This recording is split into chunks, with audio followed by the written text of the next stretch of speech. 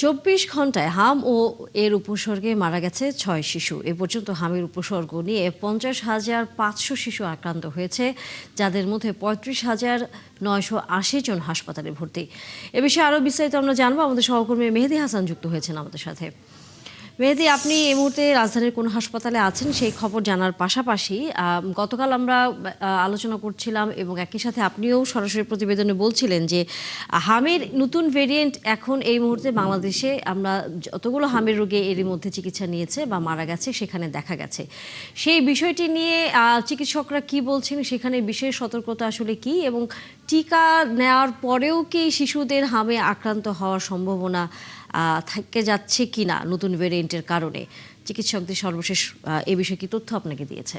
তানিয়া, আপনি জানেন যে এখন কিন্তু আমরা দেখতে পাচ্ছি যে গেল 2 মাসে, অর্থাৎ যদি হিসেব করি তাহলে গেল 57 দিনে মৃত্যুটা সন্দেহভাজন যে মৃত্যুর তালিকা স্বাস্থ্য অধিদপ্তরের, সেখানে 415 বোধহয় ছুঁয়েছে এমন সংখ্যাটা আছে।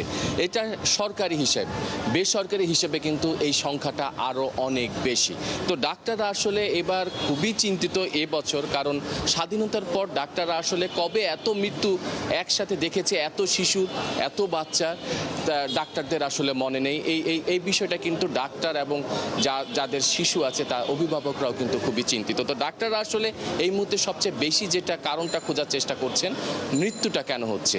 আপনি জানেন যে কোনো একটা রোগের যখন প্রকোপটা বেশি হয়, শনাক্ত মৃত্যুটা বেশি হয়, তখন কিন্তু চিকিৎসকরা সবার আগে জানতে চেষ্টা করেন ওই জীবাণুর জেনোম সিকোয়েন্স কি বলছে।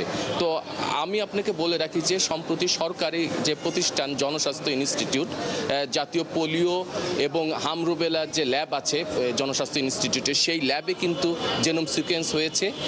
আমি গতকাল একটা প্রতিবেদন করেছি, সেখানে বলা হয়েছে যে হামের যে মোট 24টা ভেরিয়েন্ট আছে বা জেনোটাইপ আছে, তার মধ্যে দুটা যে ভয়ানক জেনোটাইপ, সেই দুইটা জেনোটাইপ আমাদের দেশে আছে, D8 এবং B3। এটা 2015 সাল এবং 2018 সালে পর্যায়ক্রমে D8 এবং B3 শনাক্ত হয়েছে।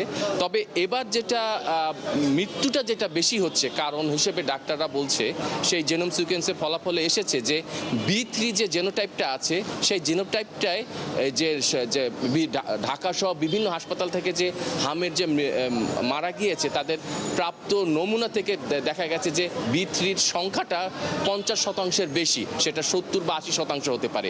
এবং এই B3-র কারণেই হয়তো এই শিশুরা মারা যাচ্ছে, এমনটাই দাবি করেছে জনস্বাস্থ্য ইনস্টিটিউটের যে গবেষকরা আছে। তারা বলছে যে চিকিৎসকদের আরও উচিত এই যে B3টা কেন এই বছর এত মারাত্মক, এত ভয়ানক হলো, এটার কারণ অনুসন্ধান করা, আরও বিস্তারিত গবেষণা প্রয়োজন। এবং এই B3 ভ্যারিয়েন্টটাকে সামনে রেখেই আসলে ডাক্তারদেরকে এই সামনে যে হামের যে চিকিৎসা সেটা এবং মৃত্যুটা কিভাবে প্রতিরোধ করা যায় সেটা তাদেরকে খুঁজে বের করতে হবে। পাশাপাশি আপনি জানেন যে চিকিৎসার পাশাপাশি কিন্তু আমাদের স্বাস্থ্য বিভাগ কিন্তু টিকা কার্যক্রম পরিচালনা করছে। তবে এই মুহূর্তে এই B3টাকে সামনে রেখে কাজ করার জন্য তাগিদ দিয়েছে জনস্বাস্থ্য ইনস্টিটিউট। তানিয়া, ধন্যবাদ মেহেদী হাসান। আমরা নিশ্চয়ই পরবর্তীতে আপনি আরেকটি হাসপাতাল থেকে যুক্ত হবেন এবং তখন সেই হাসপাতালের খবরও আমরা জানবো। দর্শক, আমাদের সহকর্মী মেহেদী হাসান ছিলেন হামের সর্বশেষ খবরাখবর নিয়ে।